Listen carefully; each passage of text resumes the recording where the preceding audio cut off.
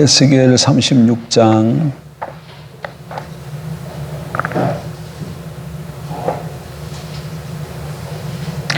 26절 1208페이지.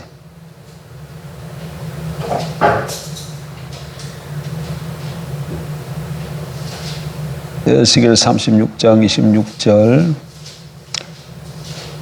1208조 26절입니다. 또 새 영을 너희 속에 두고 새 마음을 너희에게 주되 너희 육신에서 굳은 마음을 제거하고 부드러운 마음을 줄 것이며 또 내 영을 너희 속에 두어 너희로 내 율례를 행하게 하리니 너희가 내 규례를 지켜 행할지라.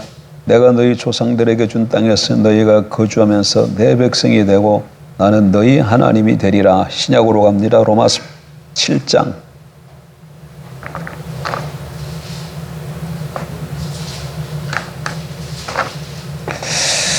6절 7장 6절 이제는 우리가 얽매였던 것에 대하여 죽었으므로 율법에서 벗어났으니 이러므로 우리가 영의 새로운 것으로 섬길 것이요 율법 조문의 묵은 것으로 아니할지니라. 아멘. 오늘은 몇 주에 걸쳐서 말씀드린 것을 한번 정리하고 정리 좀 한번 하려고 합니다. 정리.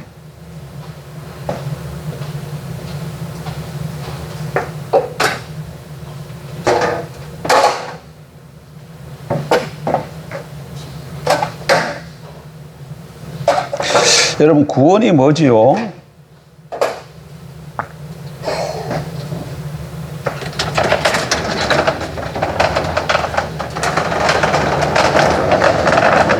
뭐가 구원일까요?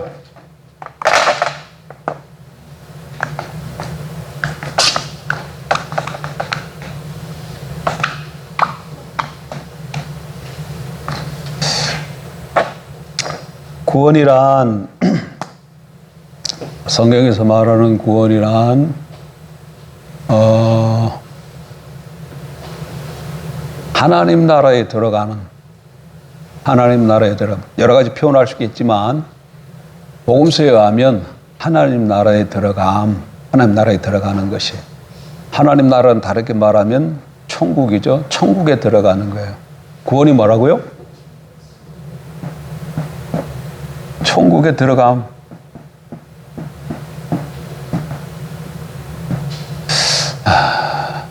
그럼 천국은 하나님 나라죠. 하나님 나라는 그러면 어떤 곳인가요? 하나님 나라는 어떤 나라예요? 하나님 나라는 어떤 나라죠? 일단 나라 하면은 외형적인 것과 외적인 요소가 있고 내적인 요소가 있다고 그랬죠. 일단 나라를 하려면 외적인 요소로 뭐가 있어야 돼요? 국권이 있어야 되고 그 다음에 국민이 있어야 되고 또 뭐가 있어야 돼요? 국토가 있어야 돼. 이거는 외적인 요소고 내적인 요소로는 뭐가 있어야 되나요? 국법이 있어야 돼.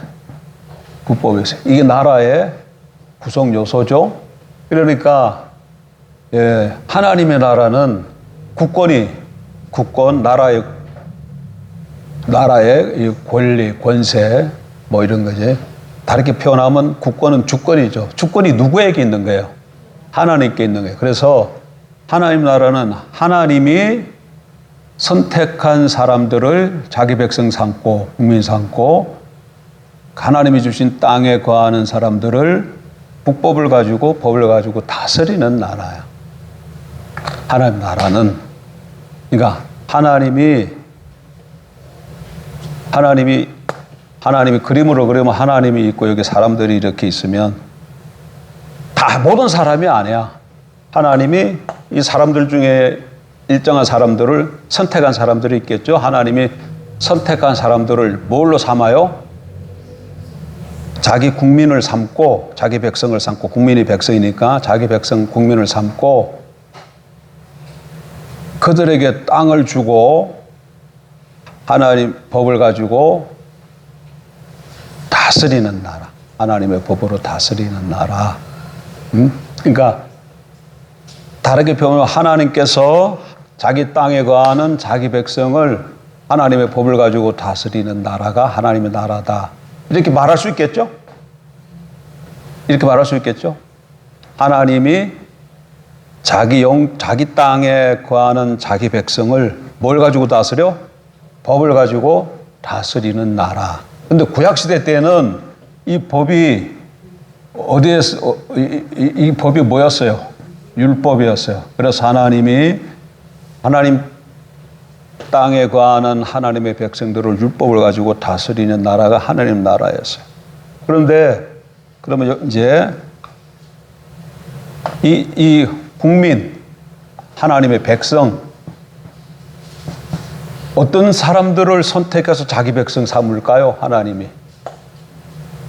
어떤 사람, 하나님께서 선택해서 자기 백성 삼는 합법적인 수단이 뭐예요? 언약이죠. 이게 정리가 안 되네. 정리하고 끝마치려고 그랬는데 정리가 안 되네. 그러니까 지금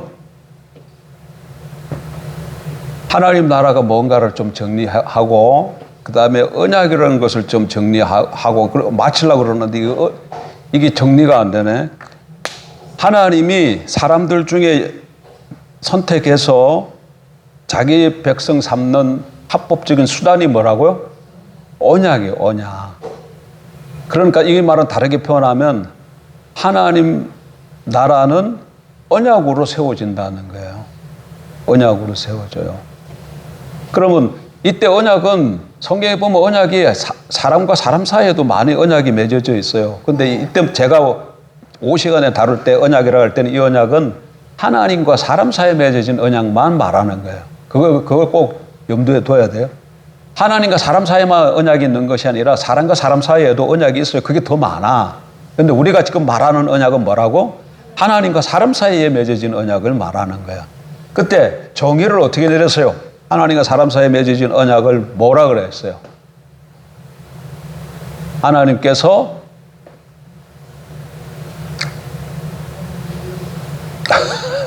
언약이란 정의 뭐야?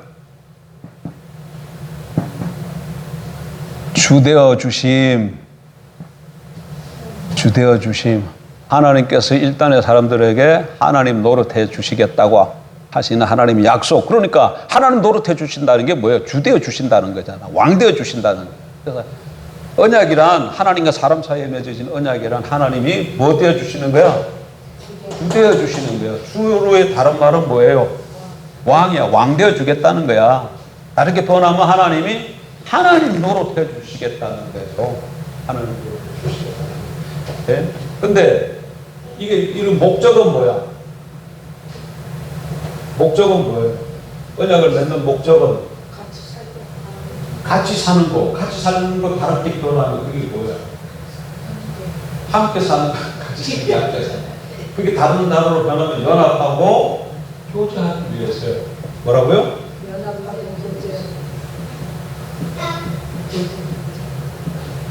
그렇게 하기 위해서는 어떻게 같이 살아야 돼?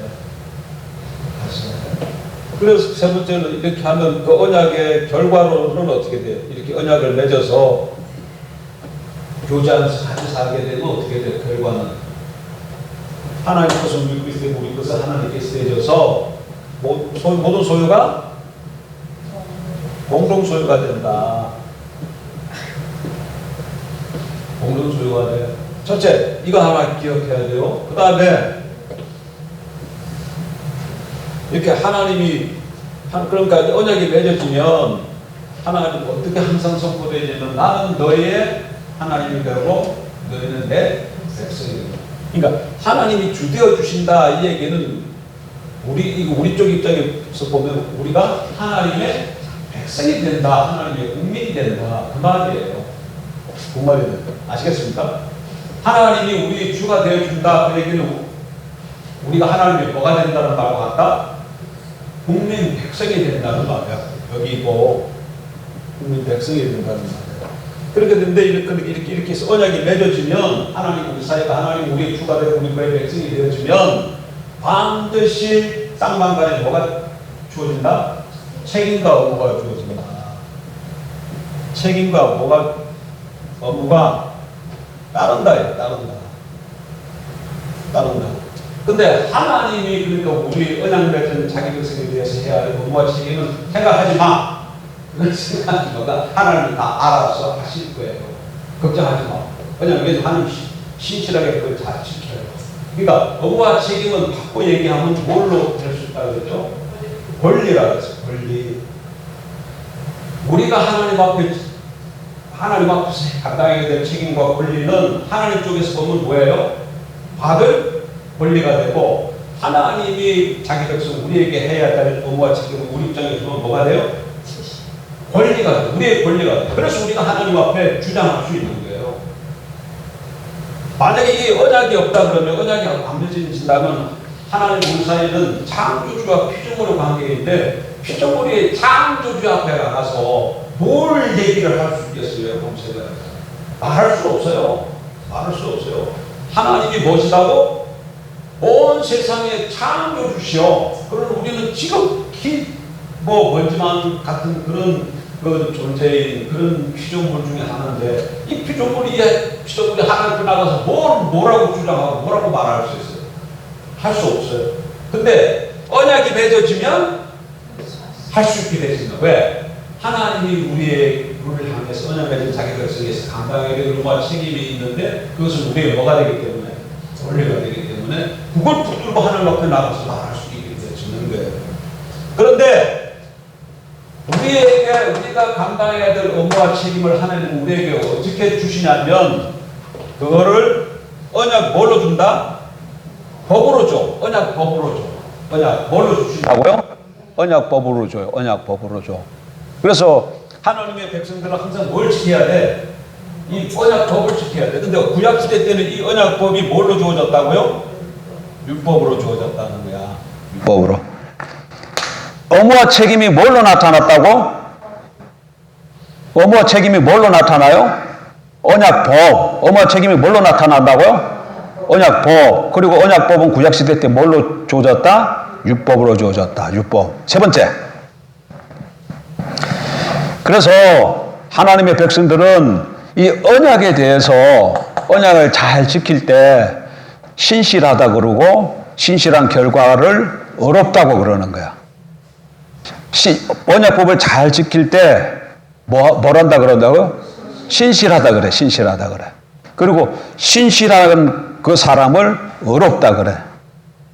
신실함. 잘 지키면 뭐 한다고요? 신실함. 신실함의 결과는 의야. 의.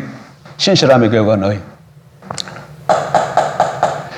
이 용어를 알아야 신약 성경 읽을 때도, 로마서나 이런 데 읽을 때도, 또 다른 성경 볼 때도 하나님은 신실하시다 이런 말을 나오잖아요. 그게 무슨 뜻이야 그러면? 하나님은 신실하시다 그러고 이스라엘은 신실하지 못하다 이러나면 그 의미가 뭐야? 하나님이 언약 맺은 자기 백성에 대해서 감당해야 될 의무와 책임을 어떻게 한다는 거예요? 잘 지키신다 그 얘기예요. 그래서 하나님은 신실하신 하나님, 의로운 하나님 이렇게 말하는. 그러니까 의로운 하나님이라 그럴 때 그 말이 어떤 의미인가를 좀 알아야 돼. 여기서 다 나오는 거예요. 뭐에서 나온다고? 언약에서 나오는 거예요. 언약에서. 그런데 그래서 이 언약법, 율법을 잘 지키서 신실하거나 못하거나 여기에 따라서 뭐가 주어진다? 상벌이 주어진다. 상벌. 요거 세 번째. 첫 번째 언약은 하나님 주되어 주심인데 여기에는 책임과 의무가 따르고, 율법을 잘 지킬 때 신실하다, 어렵다 그러고, 지키지 못할 때 불신실하다, 불의하다 그렇게 얘기해요.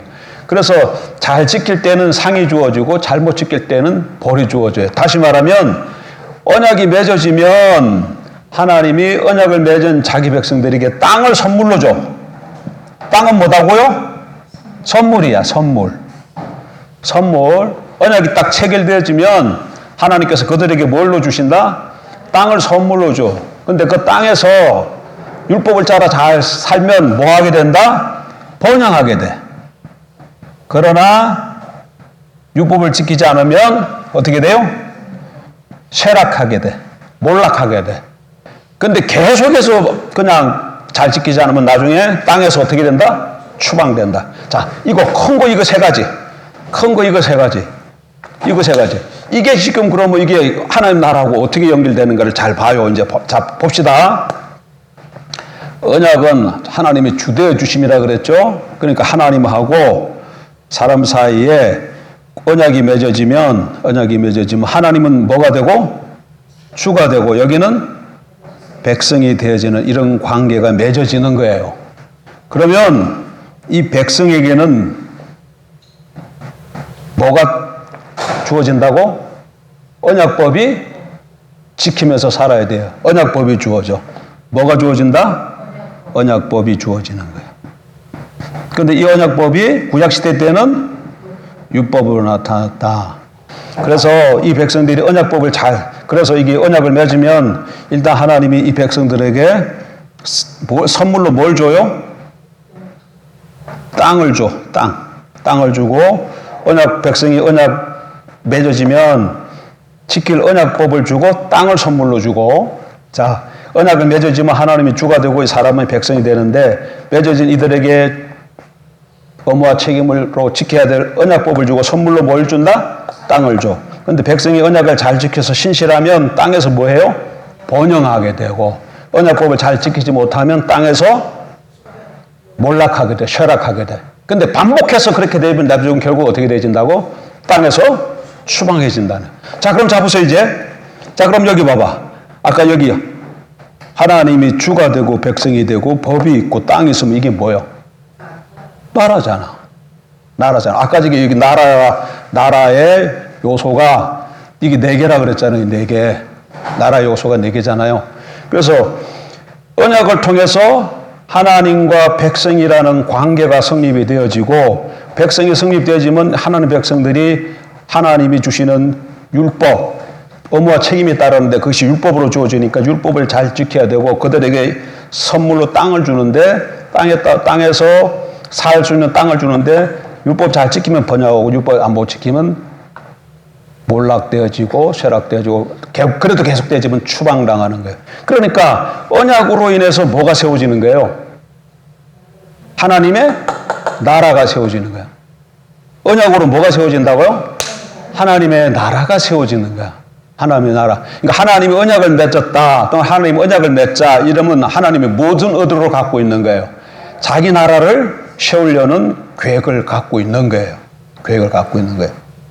자, 지금 근데 여기까지는 잘 해왔어요. 우리가 여기까지 이제 잘 정리한 겁니다. 근데 지금 신약시대 때 하려는 얘기는 아니야. 지금 하려고 하는 거는 우리는 지금 구약시대 때 사는 게 아니잖아. 우리는 어디에 살아요? 신약시대 때 살잖아요. 신약시대 때. 근데 구약시대 때는 하나님이 이 언약을 어디서 맺었어요? 이스라엘을 애굽에서 인도내서 시내산에서 맺었어요. 그래서 그 언약 맺는 장면이 출애굽기 24장이야. 그래서 출애굽기 24장 이후에 그래서 25장 이후에는 무슨 내용이 나온다 그랬어요? 24장에서 언약 맺고 25장부터는 무슨 내용이 나온다 그랬어요? 언약이 맺어지면 같이 살아야 되니까 연합교제 같이 살아야 되니까 장소가 있어야 될 거 아니야. 그래서 성막 짓는 장막지라고 말씀하신다 그랬잖아요. 말씀하신다 그랬잖아요. 그리고 그들에게 주어진 게 율법이에요. 근데 그 다음에 이스라엘 백성들이 이 율법 잘 지켜요, 못 지켜요? 못 지켜요. 그래서 결국은 가나안 땅에서 추방당해요. 이 추방당하는 것이 뭘로 나타나요? 바벨론 포로로 잡혀가는 것으로 나타나는 거예요. 그러니까 왜 이스라엘 백성들이 하나님이 이스라엘의 하나님이신데 왜 그 하나님의 백성이 바벨론에게 전쟁에 져서 포로로 잡혀가냐? 답이 뭐야? 답이 뭐예요? 이스라엘 하나님의 백성이 그들에게 주어진 의무와 책임, 곧 언약법을 잘 지켜야 되는데 율법을 잘 지켜야 되는데 율법에 신실하지 못해서 불의한 백성이 되어져서 징계를 받다가 결국은 어떻게 됐다? 추방당한 거야. 추방당한 거야. 어디서? 땅에서. 그래서 그게 역사적 현장에서 나타나는 것은 바벨론 포로로 잡혀가는 것으로 나타나는 것이죠. 그런데 보세요. 포로로 잡혀갔어요. 그런데 이스라엘 백성들이 다시금 돌아오잖아요. 70년 만에 돌아오잖아요. 그거 왜 돌아오는 거예요? 그건 왜 다시금 돌아와요? 그렇지. 언약을 지키지 못해서 이 백성들을 땅에서 쫓겨냈지만 언약의 저주에서 그냥 그대로만 내버려 두면 안 돼요. 하나님과 이스라엘 백성 사이에 뭐가 맺어져 있기 때문에, 언약이 맺어져 있기 때문에 저주 아래 놓여 있는 이 백성들을 다시금 데리고 구속을 해줘야 돼. 다시금. 그래야 하나님이 신실하신 하나님, 의로운 하나님에 대해 뭐가 있기 때문에, 언약 때문에 그래. 그래서 다시금 바벨론에서부터 그들을 가나안 땅으로, 예루살렘으로 돌아오게 하는 거예요. 언약을 지키기 위해서, 하나님 자신을 위해서 그렇게 하시는 거예요. 그런데 돌아왔음에도 불구하고 이스라엘 백성들이 계속 어떻게 해요? 잘 지켜요? 안 지켜.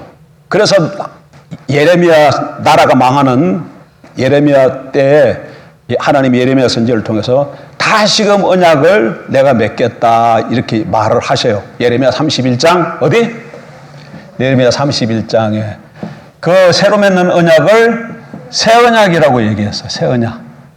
새 언약. 근데 이 새 언약은 그러면 이스라엘 백성들이 왜 언약을 못 지키죠?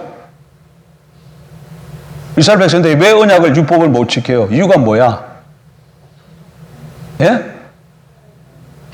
돈밖에 몰라서? 그럼 뭐가 문제예요? 여기 봐봐, 여기. 하나님, 사람이 있는데 하나님이 문제에서 그래요? 아니면 하나님 주신 언약법, 율법이 문제 있어요? 아니에요. 뭐가 문제예요? 땅이 문제예요? 사람이 문제야. 사람이 율법을 못 지키는 거야. 사람이. 이 율법이 어디다 줬어요? 이 율법을. 돌에다 새겨줬잖아. 돌에다 새겨줬잖아. 돌에다. 그런데 이 백성이 이 돌에다 새겨진 율법, 대표적인 게 뭐야? 십계명이잖아. 이거를 못 지켜. 못 지키는 이유가 뭐예요? 사람이. 육체가 육체의 소욕이 있어서 그래. 육체. 늘 자기 중심으로 돌아가서 그러니까 하나님을 신뢰하지 못하고 가나안 땅에 들어갔어요. 가나안 땅은 애굽 땅하고 달라서 애굽 땅에는 뭐가 흐르지요? 나일강이 흘러서 흐르는 강물 관계수로만 잘하면 거기서 넉넉하게 먹고 살 수 있어. 늘 나일강이 흐르니까 뭐만 하면 돼. 그 물을 끌어다 가지고 땅 쪽으로 끌어와 가지고 그 물대기 하면 거기서 뭐 할 수 있어요? 농사 지을 수 있어. 그러니까 이 애굽에 사는 사람들은 늘 뭘 보고 살아가? 땅 보고 살아가.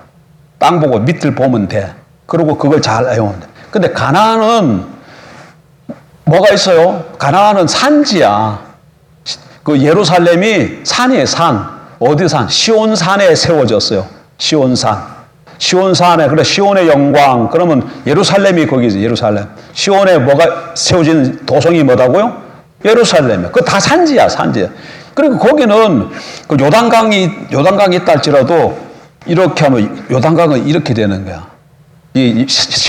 예루살렘 성이 이렇게 세워져 있으면 요단강은 이렇게 있는 거예요. 이렇게. 산이고 이건 계곡을 이렇게 흘러서. 이게 물을 댈 수 있어요? 없어? 없어. 그러니까 어떻게 해야 돼, 이제는? 하늘에서 비가 와야 돼. 그러니까 가나안 땅에 사는 이스라엘 백성들은 늘 뭘 쳐다보고 살아? 하늘을 쳐다보고 살아야 돼. 그러니까 이스라엘 백성들의 삶은 늘 하늘을 쳐다보고 하나님의 주신 은혜로 살아야 돼. 그게 지형을 통해서 보여주시는 계시의 말씀의 뜻이에요. 그런데 문제는 이 백성들이 자꾸 어떻게 한다는 거야?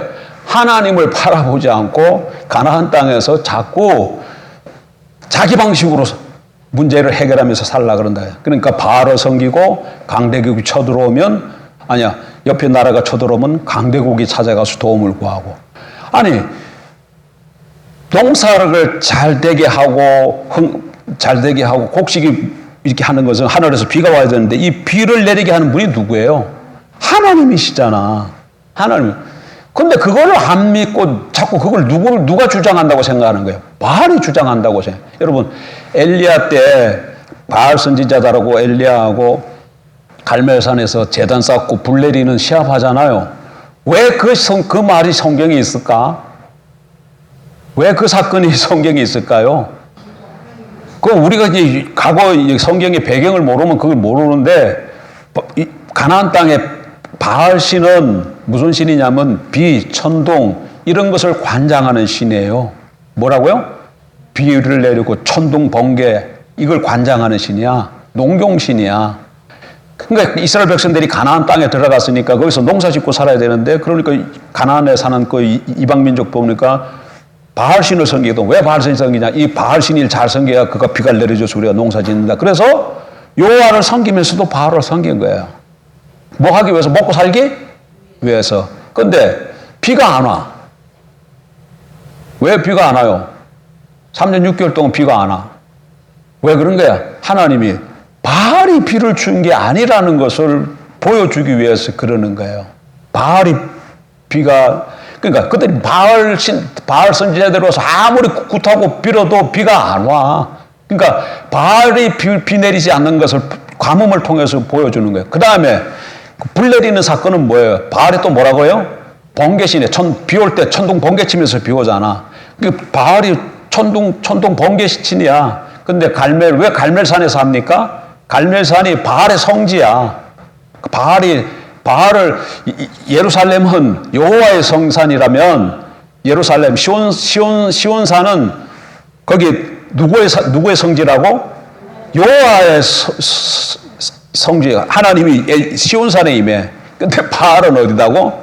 갈멜. 그래서 너네 본거지인 갈멜산에 가서 그래 불로 한번 시험해 보자. 그런데 거기 가서 불이 내립니까? 안 내려요. 그러니까 뭐야? 바알이 불 내리는 신이 아니다. 다르게 말하면 너희가 섬기는 바알이 농업을 잘 되게 하는 농경신이 아니라는 것을 보여주는 사건들이야. 그걸 읽으면서. 근데 그럼에도 불구하고 자꾸 백성들이 그걸 믿는 건 뭐야? 하나님과 율법에 문제가 있는 거에 있어서 백성에게 문제가 있어서 율법을 못 지키잖아요. 그러면 어떻게 하면 돼? 그 다음에 율법을 잘 지키려고 그러면 새 언약 맺을 때 사람이 변해야 돼. 사람이. 그래서 새 언약을 맺을 때 여기 보게 되면은 이 하나님의 율법을 돌벼에다 새겨주지 않고 어디다 새긴다? 사람들 마음에다 새겨준다고 말해. 여기다가 하나님의 율법을 새겨주겠다는 거예요. 그러면 사람들이 자기 마음에 새겨지니까 그 마음과 생각에 주겠다는 거예요. 그러니까 사람들이 마음과 생각이 있으니까 율법을 알아야 뭐예요? 알게 되어지는 거예요. 그것뿐만 아니라 마음에 그 율법을 지키자 하는 그 마음도 지키도록 하나님 하겠다 그러는 거예요. 이게 예레미야 31장에 나오는 새 언약의 내용이에요. 근데 요 새 언약의 내용을 하나님께서 요건 지금 누굴 통해서 준 거죠? 예레미야를 통해서 줬는데 또 하나님께서 에스겔을 통해서도 또 말씀을 해. 그게 지금 36장 26절에 나오는 말이야. 다시 언약을 세울 것인데 그 당차 세울 그 언약을 예레미야를 쪽에서 무슨 언약이라 그랬다? 새 언약이라 그랬어. 다시 믿는 새 언약. 그러면 자연적으로 이스라엘이 시내산에서 맺은 언약은 무슨 언약이 되는 거예요? 옛 언약이 되는 것이죠. 근데 에스겔을 보면 에스겔은 이 새 언약을 어떻게 말했냐면 우리 굳은 마음을 부드럽게 하고 우리의 영을 새롭게 하고 하나님의 영을 보아서 우리의 영과 마음을 부드럽게 다시 한번 26절 저 한번 읽어봅시다. 또 새 영을 너희 속에 두고 새 마음을 너희에게 주되 너희 육신에서 굳은 마음을 제하고 부드러운 마음을 줄 것이며 27절 또 내 영을 너희 속에 두어 너희로 내 율례를 행하리니 너희가 내 규례를 지켜 행할지라. 28절도 내가 너희 조상들이 준 땅에서 너희가 거주하면서 내 백성이 되고 나는 너희 하나님이 되리라. 여기 언약이란 말은 하나도 없지만 그게 언약이라는 걸 어떻게 알 수 있어요? 너희가 내 백성이 되고 나는 너희 하나님이 되리라. 이 말이 언약이라는 걸, 그 앞의 내용이 언약이라는 걸 보여주는 거예요. 항상 언약이 맺어지면 어떤 형식으로 선포된다 그랬어요? 나는 너희의 하나님이 되고 너희는 내 백성이 되리라. 그런데 그 말이 그대로 있잖아. 그러니까 앞에 새 마음과 새 영을 주고 하나님의 영을 주어서 그들의 율례를 행하게 하겠다고 하고 이것이 언약의 내용인 걸 알 수 있는 거예요. 언약의 내용. 그러니까 근데 여기서 새영, 내영 했을 때 이게 뭐냐면 이게 성령이에요. 이게 뭐라고요? 성령이에요. 그러니까 새 언약 백성들은 그 마음과 생각에 율법을 주는데 그게 결국 뭐라는 거예요?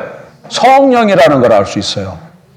예레미야와 에스겔 두 새 언약의 내용을 이렇게 합쳐서 보면 예레미야 선지자를 통해서는 마음과 생각에 율법을 새겨주겠다 이렇게 얘기하고 에스겔 선지자에게서는 그것을 뭘로 표현해?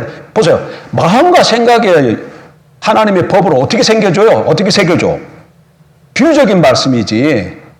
마음에 어떻게 새겨? 생각에 어떻게 새겨?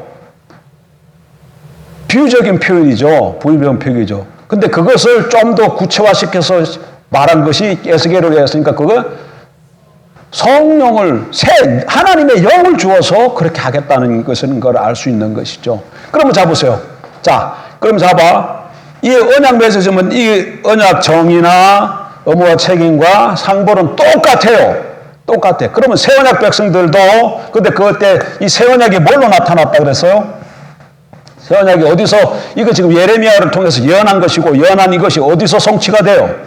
십자가에서 성취된다 그랬죠? 왜 십자가가 새 언약이야? 예? 예, 빨리 말해봐요. 예?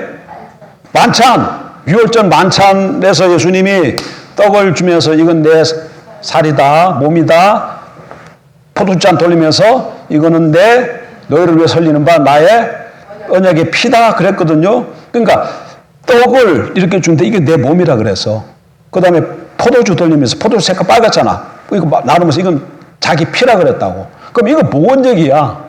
살이 찢어지고 피가 흐르는 이것을 유월절 만찬 때 떡과 포도주로 비유해서 말씀했는데 이건 뭘 두고 하는 얘기예요? 유월절 만찬 끝나면 바로 뭐예요, 예수님이? 십자가에서 죽으시거든. 십자가에서 십자가 못 박혀서 살 찢고 피 흘려서 죽으시잖아. 그러니까 예수님의 살 찢고 피 흘리시는 이 죽음을 떡과 피로서 극화한 것이지. 극화해서 그게 무언가를 말씀하신 거예요. 그런데 그게 피를 뭐라고 말씀하셨다고? 언약의 피라고 말씀하셨기 때문에 그 십자가 예수님이 죽으신 것이 언약인 걸 알 수 있는 거야. 근데 그러니까 그 언약이 무슨 언약이야? 예레미야를 통해서 하나님이 새롭게 언약을 세우리라고 말씀하셨는데 예수님이 십자가에 죽으심으로 그 언약을 세웠으므로 이 새 언약의 성취가 십자가인 걸 알 수 있는 것이에요. 자, 그러면 그러니까 예수님이 십자가 이전까지는 뭔 시대예요? 옛 언약 시대야. 예수님 오신 그 이후부터 무슨 시대가 열리는 거예요? 새 언약 시대가 열리는 거예요. 그럼 우리는 어느 시대 사람이야? 새 언약 시대 사람이야. 그래서 이제는 새 언약, 옛 언약을 따라 사는 것이 아니라 우리는 새 언약을 따라 살아야 돼. 자, 근데 똑같아. 이거는 똑같아. 자, 보세요. 그러니까 갈보리 십자가 사건을 통해서 우리가 어떻게 언약에 들어가요? 예수가 주이신 것을, 예수가 내 죄를 위해 십자가에 죽고 3일 만에 부활하신 것, 사건. 자, 죽음과 예수가 십자가에서 죽고 부활한 것은 역사적 사실입니다. 이건 구원의 사건이에요. 근데 예수가 십자가에 죽으심으로, 살찢고 피 흘려 죽으심으로 우리에게 뭐가 되셔요? 구세주가 되는 거야. 그리스도가 되는 거야. 그리고 죽고 3일 만에 부활하심으로 온 새 창조의 첫 열매가 되셨어. 첫 열매가 되셨어. 부활하심, 아직까지 아무도 부활하지 않고 예수님이 죽고 부활하심으로 새로운 창조가 열린 거예요. 새 창조의 첫 머리가, 첫 열매가 누구라고요? 예수님이야. 그래서 그 예수님은 새 창조의 머리가 되는 거예요. 주가 되는 거야. 그래서 죽으심으로 그리스도가 되고 부활하심으로 주가 되시는 거야. 주가 되시는 거야. 예수 그리스도의 십자가의 죽으심과 부활의 사건은 구원의 사건인데 이것이 의미하는 것은 예수가 그리스도와 주이신 것을 나타내는 거예요. 그래서 우리가 이거를 믿고 영접해서 예수가 주로 모시면 하나님과 예수님 사이에 맺은 이 갈보리 언약을 통해 언약에 동참하게 되어져서 하나님이 우리의 뭐가 되시고 주가 되고 우리는 하나님의 백성이 되는 거예요. 백성이. 그러면 자연적으로 우리는 하나님에서 우리가 해야 될 의무와 책임이 있죠.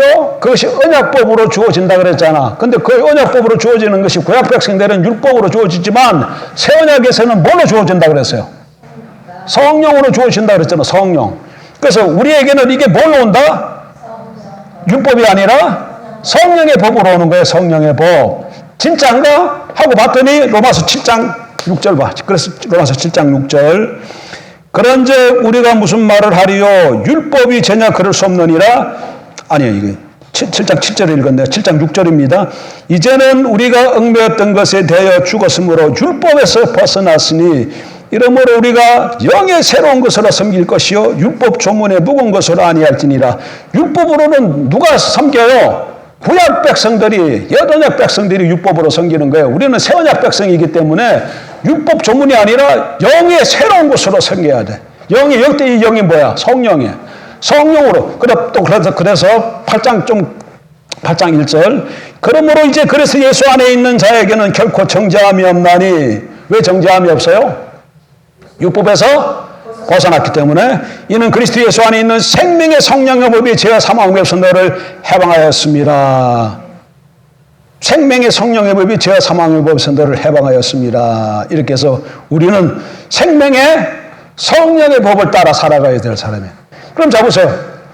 그럼 우리는 지금 이제 그러니까 뭘 따라 살아야 돼? 성령을 따라 살아야 돼. 새언약 백성이기 때문에. 그래서 그러면 하나님의 백성, 하나님 맺어졌으니까 우리 딸에게도 뭐가 주어져야 돼요? 땅이 주어져야 되잖아. 그래서 새하늘과 새 땅이 마지막에 우리에게 주어진다고요. 뭐가 주어진다고? 새하늘과 새 땅이 주어져. 그건 주님 다시 오실 때 분명히 새하늘과 새 땅이 주어져. 지금 여기서는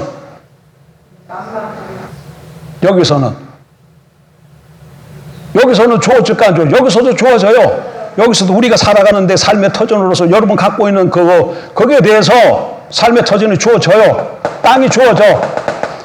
완성될 때는 새하늘과 새 땅으로 나타나고, 에덴에서는 창세 때에는 아담에게 에덴을 주셨고, 이스라엘 백성들에게는 가나안 땅을 주셨고, 새언약 백성들에게는 새하늘과 새 땅을 주실 거고, 지금 여기서는 또 이 땅에서 살아가는 땅을, 삶의 터전을 우리에게 주실 거예요. 그러면 이 땅에서 우리가 번역하려면 어떻게 해야 돼? 번역하려면 어떻게 해야 돼요? 우리에게 주어진 언약법이 성령이기 때문에 성령을 따라 살아야 돼. 자, 보세요. 아까 저기 구원이 뭐라 그랬어요? 천국에 들어가는 거라 그랬잖아. 천국에 들어가는 건데, 천국은 하나님 나라는 이런 나라라 그랬잖아. 그러니까 다르게 표현하면 이게 뭐예요? 하나님이 왕 되어 주시는 삶이잖아. 천국은 누가 왕이야? 하나님이 왕이야. 어디서든지 간에 하나님이 왕이 되어 주시는 삶. 다르게 표현하면 하나님을 왕으로 모시는 삶을 살면 내가 지금 누구 안에 들어가 있는, 어디에 들어가 있는 거예요? 천국에 들어가 있는 거예요. 천국에 들어가 있는 거예요. 천국은 좋은 것이잖아. 그러면 천국에 들어가는 것이 하나님이 왕이 되어줘야 되는데, 그 왕이 뭘로 나타났어요? 새언약에서는. 왕이 뭘로 나타났어요? 왕은 뭘로 다스려? 법으로 다스리잖아. 이 구약시대 때는 왕이 뭘로 나타났어요? 율법으로 나타났고, 새언약 백성에서는 왕이 뭘로 나타났어요? 성령으로 나타났어요. 그래서 오늘 우리가 성령의 법을 따라 살아가면 바로 하나님을 왕으로 모시고 사는 삶이야. 그래서 바로 우리 삶 가운데 뭐가 이루어지는 거예요? 번영이 오는 거예요. 그래서 로마서 14장에 하나님 나라를 먹고 마시는 것이 아니라 오직 성령 안에서, 그 다음에 의와 평강과 희락이라. 일단 하나님 나라 안에 들어가면, 내가 성령을 쫓아 살아가게 되면 일단 내 심령 속에 천국이 임해. 어떻게? 의와 평강과 희락으로. 그리고 우리가 다 바라는 이 물질 같은 건, 이건 어떻게 될까요? 걱정하지 마.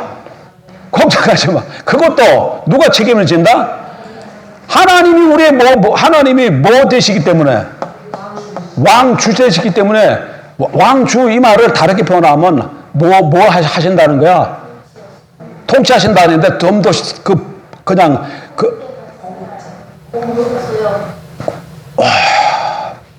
주대해 주신다, 왕노릇 하신다. 이 얘기는 하나님 노릇 해 주신다는 거야. 하나님이 우리에게 뭐 하신다고요? 하나님 노릇 해 주신다는 거예요. 하나님이 우리에게 뭐 하신다고요?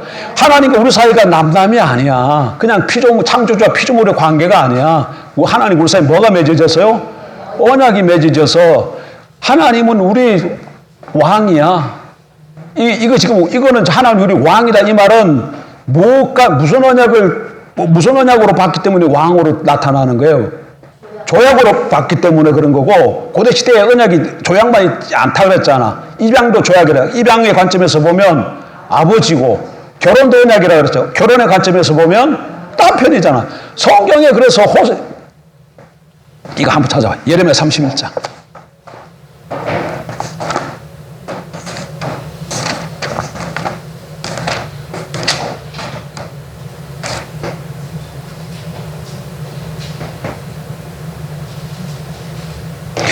예레미야 31장 31절 여호와의 말씀이니라. 보라, 날이 이르리니 내가 이스라엘 집과 유다 집에 새 언약을 맺으리라. 아까지 봤지. 그 다음에 32절 이 언약은 내가 그들의 조상들의 손을 잡고 애굽 땅에서 인도하여 내던 날에 맺은 것과 같지 아니할 것은 내가 그들의 뭐가 되어서 남편이 되어서도 그들이 내 언약을 깨뜨렸습니다. 이 지금 예레미야에 의하면 구약의 언약을 지금 뭘로 보는 거예요? 하나님과 이스라엘 맺은 언약을 뭘로 보고 있어요? 결론으로 보고 있잖아. 결론으로. 그래서 하나님을 여호와를 지금 뭐라 그래요? 남편이라 그러잖아. 남편. 그러니까 왜 하나님이 여기서는 지금 남편이라고 말하지? 이게 언약을 모르면 이해가 안 되는 거야.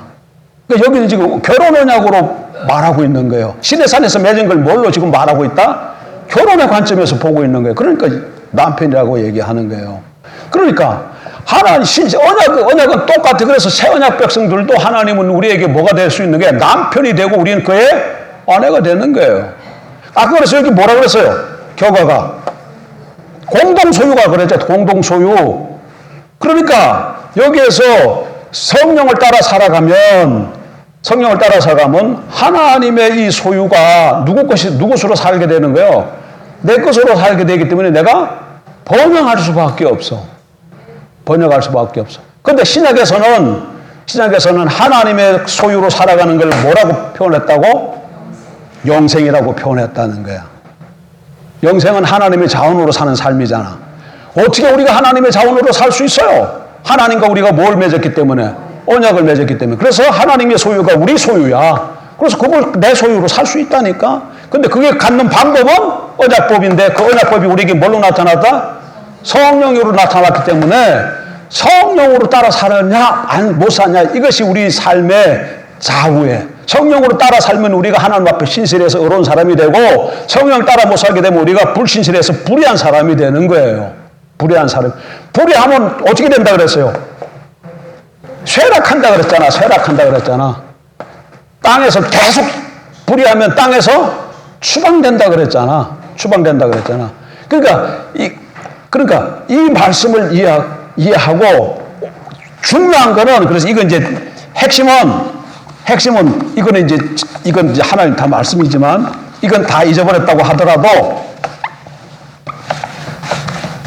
이제 정리가 끝났습니다.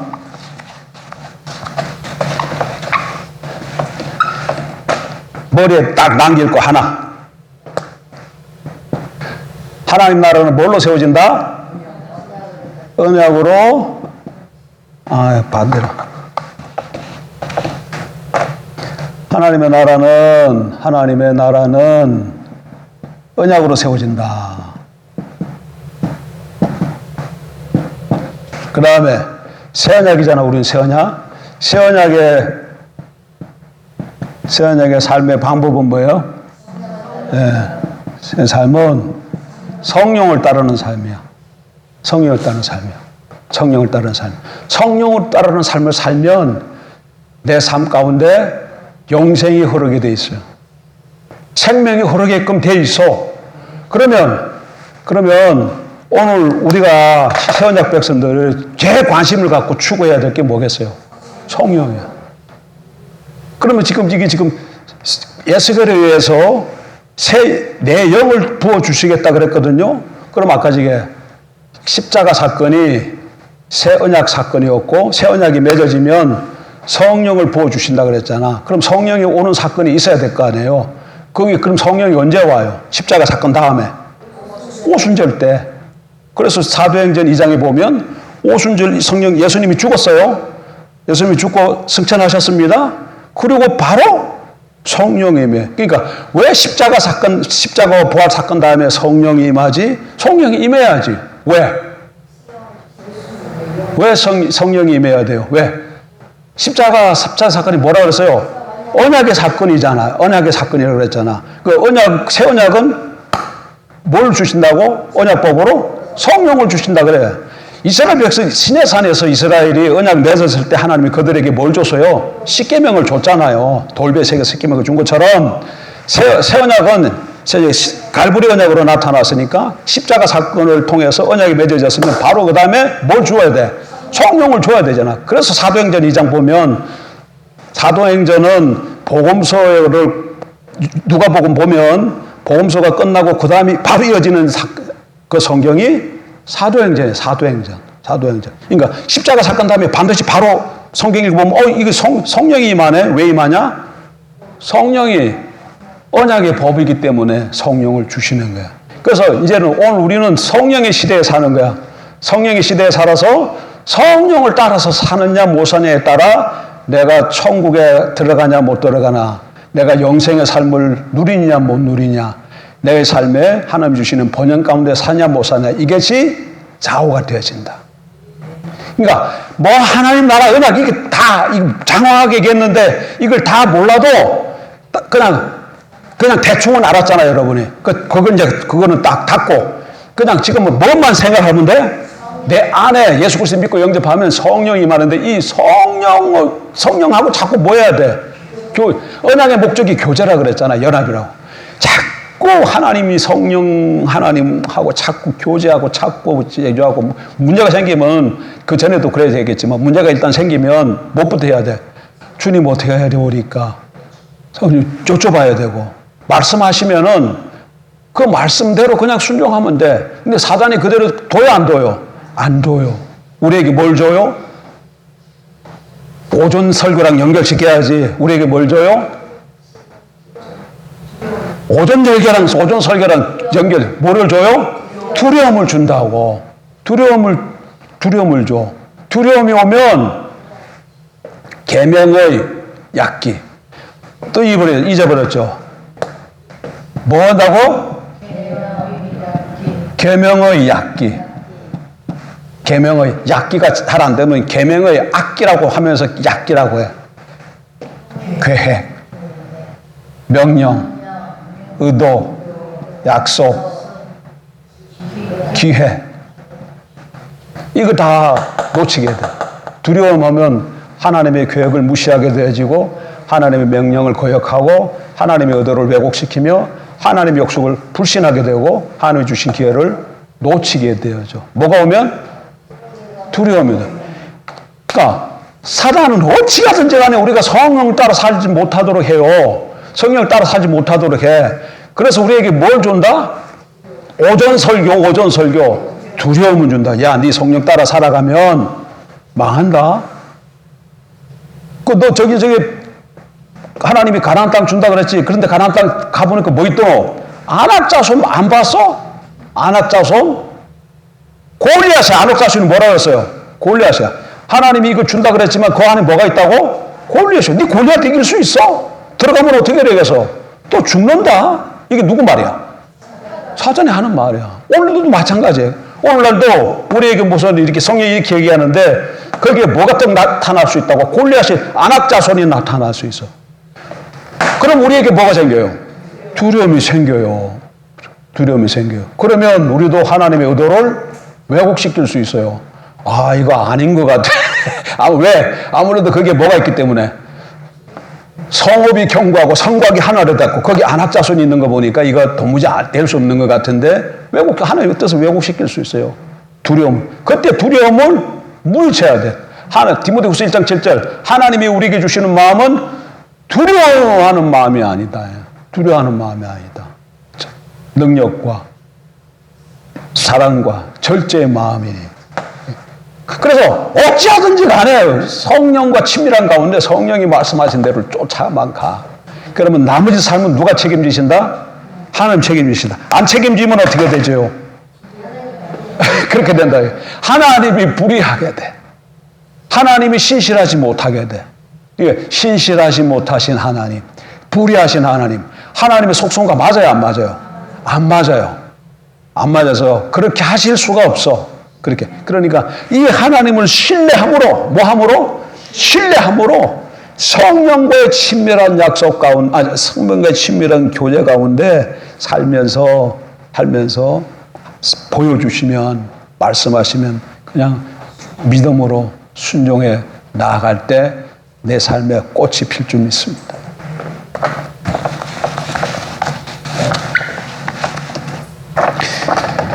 내 안에 천국이 임하려면 그러면 어떻게 해야 되겠습니까?